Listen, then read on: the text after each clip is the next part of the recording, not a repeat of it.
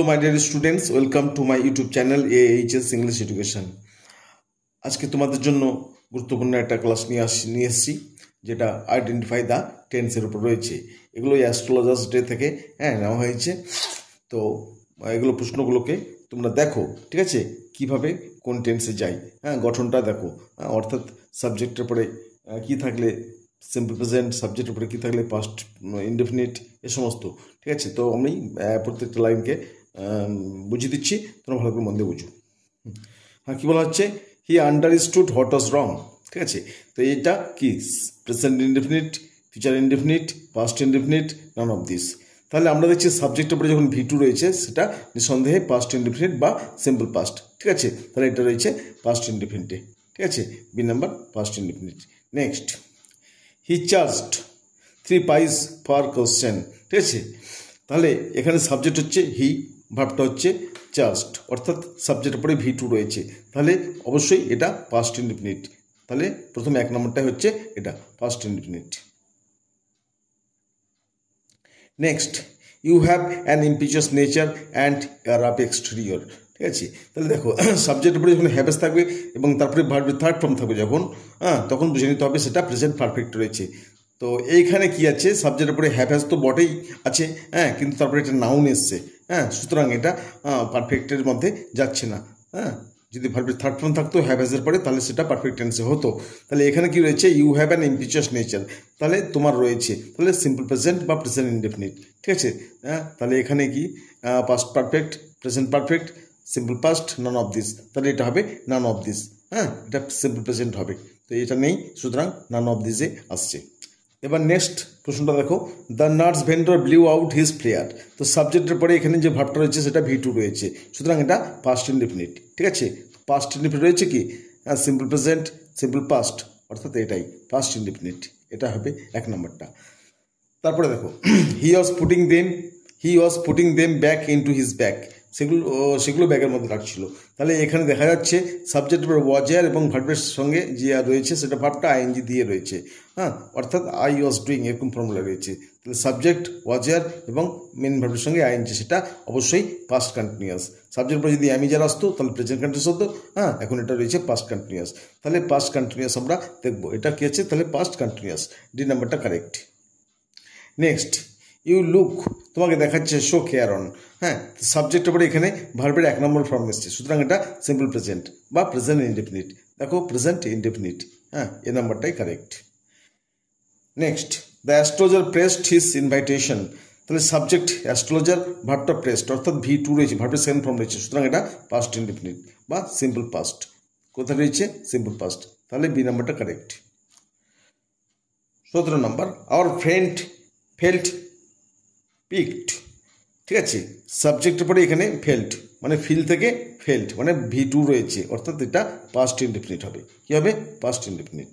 Next, at this the other উইথড্রিউ, তাহলে the other subject এখানে হচ্ছে কি দ্য আদার, ভাবটা কি রয়েছে উইথড্রিউ, অর্থাৎ তুলে নিয়েছিল, টেনে নিয়েছিল। তো এখানে সাবজেক্টের পরে এখন V2 রয়েছে, তাহলে এটা অবশ্যই পাস্ট ইনডেফিনিট, ঠিক আছে। তো পাস্ট ইনডেফিনিট কোথায় রয়েছে, সিম্পল পাস্ট, ঠিক আছে, সিম্পল পাস্ট মানে past indefinite.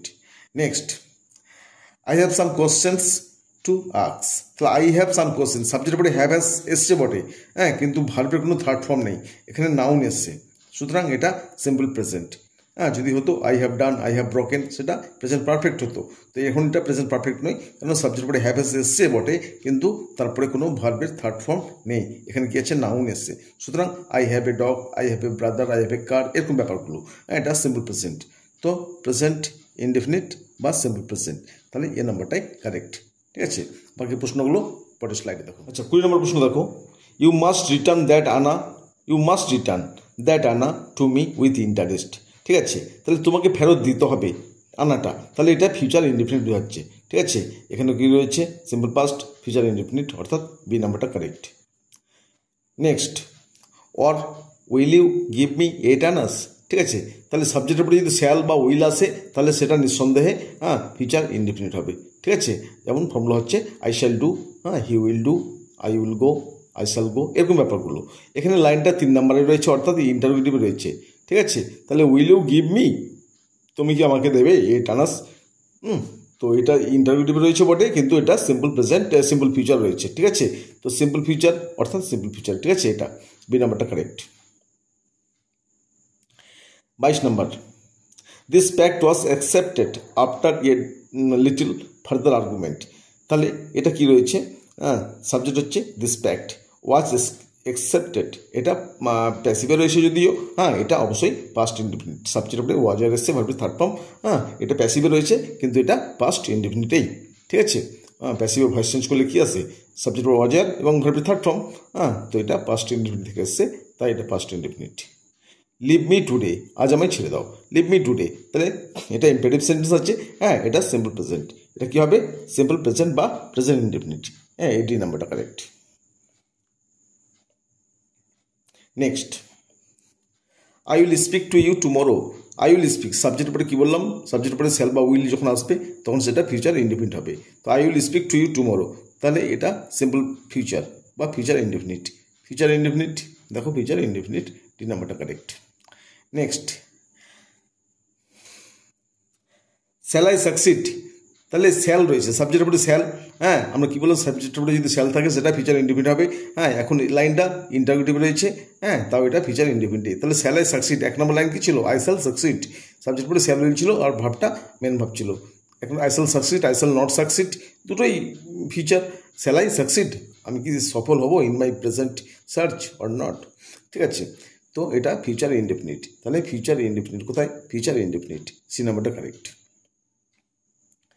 26 number, a knife has past through you once, ঠিক আছে, সাবজেক্টের দেখো সাবজেক্ট হচ্ছে এ নাইফ, তারপর সাবজেক্টের পরে হ্যাভ হ্যাজ এসছে আর ভার্বের থার্ড ফর্ম, একটু আগে বললাম সাবজেক্টের পরে যে হ্যাভ হ্যাজ আসবে এবং ভার্বের থার্ড ফর্ম সেটা প্রেজেন্ট পারফেক্ট হবে, কী হবে প্রেজেন্ট পারফেক্ট, তাহলে প্রেজেন্ট পারফেক্ট, দেখো প্রেজেন্ট পারফেক্ট এখানে রয়েছে, ডি নাম্বারটা correct. Next,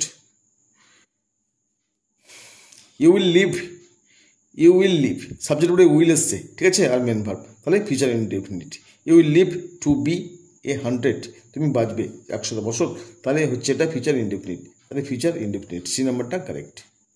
next, I was only going away now, I was, সাবজেক্টের উপরে ওয়াজ আর ভার্বের সঙ্গে আইএনজি, ঠিক আছে, সাবজেক্টের পরে ওয়াজ অথবা ওয়ার আর ভার্বটা মূল ভাব যেটা সেটা আইএনজি দিয়ে, সেটা হচ্ছে পাস্ট কন্টিনিউয়াস, ফর্মুলা হচ্ছে আই ওয়াজ ডুইং, ঠিক আছে।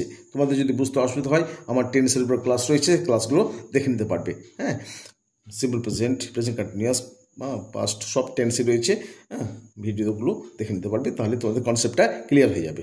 Next, the stranger had gone, তাহলে সাবজেক্টের পরে কী হচ্ছে, হ্যাড এসছে, তাহলে সাবজেক্টের পরে যখন হ্যাভ অথবা হ্যাস আসবে সেটা প্রেজেন্ট পারফেক্ট, আর সাবজেক্টের পরে যদি হ্যাড আসে তাহলে সেটা পাস্ট পারফেক্ট, ঠিক আছে, মনে থাকবে। তাহলে কি বলছি, the stranger had gone of into the night, তাহলে সাবজেক্টের উপরে হ্যাড এসছে আর ভার্বের থার্ড ফর্ম গো অ্যান্ড গন, তাহলে এটা অবশ্যই পাস্ট পারফেক্ট, কী হবে পাস্ট পারফেক্ট, তাহলে এইটা এ নাম্বারটা। Next, his wife was waiting for him at the door, তার বউ দরজায় তার জন্য অপেক্ষা করছিল, তাহলে সাবজেক্টের উপরে ওয়াজ আর ভার্বের সঙ্গে আইএনজি, তাহলে এটা অবশ্যই পাস্ট কন্টিনিউয়াস, ঠিক আছে, সাবজেক্ট হিজ ওয়াইফ হচ্ছে সাবজেক্ট, তারপরে ওয়াজ এসছে ভার্বের সঙ্গে আইএনজি, তাহলে এটা পাস্ট কন্টিনিউয়াস, তাহলে পাস্ট কন্টিনিউয়াস, ঠিক আছে, বি নাম্বারটা correct. Next, C was ওভারজয়েড, C was over, সাবজেক্টের ওয়াজ এসছে যখন অবশ্যই পাস্টে যাচ্ছে, সি ওয়াজ ওভারজয়েড, সে খুব আনন্দিত হয়েছিল, তো এটা কি সিম্পল পাস্ট বা পাস্ট ইনডেফিনিট, ঠিক আছে। Next, the child has been asking, সাবজেক্টের পরে হ্যাভ বিন অথবা হ্যাজ বিন আর ভার্বের সঙ্গে আইএনজি, সেটা হচ্ছে প্রেজেন্ট পারফেক্ট কন্টিনিউয়াস বা পিপিসি বলি, ঠিক আছে, ফর্মুলা হচ্ছে I have been doing, I have been doing, we have been doing, he হলে হি হ্যাজ বিন ডুইং, অর্থাৎ মেন ভার্বের সঙ্গে আইএনজি হচ্ছে, তাহলে the child has been asking for sweets for so many days now, ঠিক আছে, অর্থাৎ বাচ্চাটা অনেকদিন ধরে মিষ্টি খেতে চাইছে, তাহলে এটা হচ্ছে প্রেজেন্ট পারফেক্ট কন্টিনিউয়াস, তাহলে প্রেজেন্ট পারফেক্ট কন্টিনিউয়াস, বি নাম্বারটা কারেক্ট, বি নাম্বারটা correct. Next, I will prepare some nice staff for her, আমি মিষ্টান্ন কিছু বানাবো তার জন্য, তাহলে সাবজেক্ট পরে উইল এসছে আর ভার্বটা মেন ভার্ব আছে, আমি বললাম সাবজেক্ট পরে স্যার উইল থাকলে সেটা ফিউচার ইনডেফিনিট, তাহলে ফিউচার ইনডেফিনিট, তাহলে ডি নাম্বারটা correct. Next, the swine has cheated me, subject পরে হ্যাভ হ্যাজ এবং ভার্বের থার্ড ফর্ম, অবশ্যই এটা present perfect, the swine has cheated me, ওই সোর আমাকে ঠকিয়েছে, তাহলে এটা হচ্ছে প্রেজেন্ট পারফেক্ট, এখন আছে কি না দেখে নাও, প্রেজেন্ট পারফেক্ট আছে, যদি না থাকতো তাহলে নন অফ দিস থাকতো, ঠিক আছে। তারপরে দেখো, ইউ লুক ওয়ারিড, সাবজেক্ট আর মেন ভার্ব, সাবজেক্টের পরে মেন ভার্ব আসলে সেটা সিম্পল প্রেজেন্ট বা প্রেজেন্ট ইনডেফিনিট হয়, তাহলে এটা প্রেজেন্ট ইনডেফিনিট বা সিম্পল প্রেজেন্ট। এখন রয়েছে এ নম্বরে প্রেজেন্ট ইনডেফিনিট, ঠিক আছে এটা। তারপরে দেখো উই ড্র্যাঙ্ক, আমরা মদ্যপান করেছিলাম, গ্যাম্বলড জুয়া খেলেছিলাম, অ্যান্ড কোয়ারেলড ঝগড়া করেছিলাম, ব্যাডলি ওয়ান ডে। তাহলে সবগুলো ভার্বই এখানে পাস্টে রয়েছে, তাহলে সাবজেক্টের পরে V2 যখন রয়েছে সেটা পাস্ট ইনডেফিনিট, ঠিক আছে, অথবা সিম্পল পাস্ট, তাহলে পাস্ট ইনডেফিনিট বা সিম্পল পাস্ট, বি নাম্বারটা কারেক্ট, ঠিক আছে।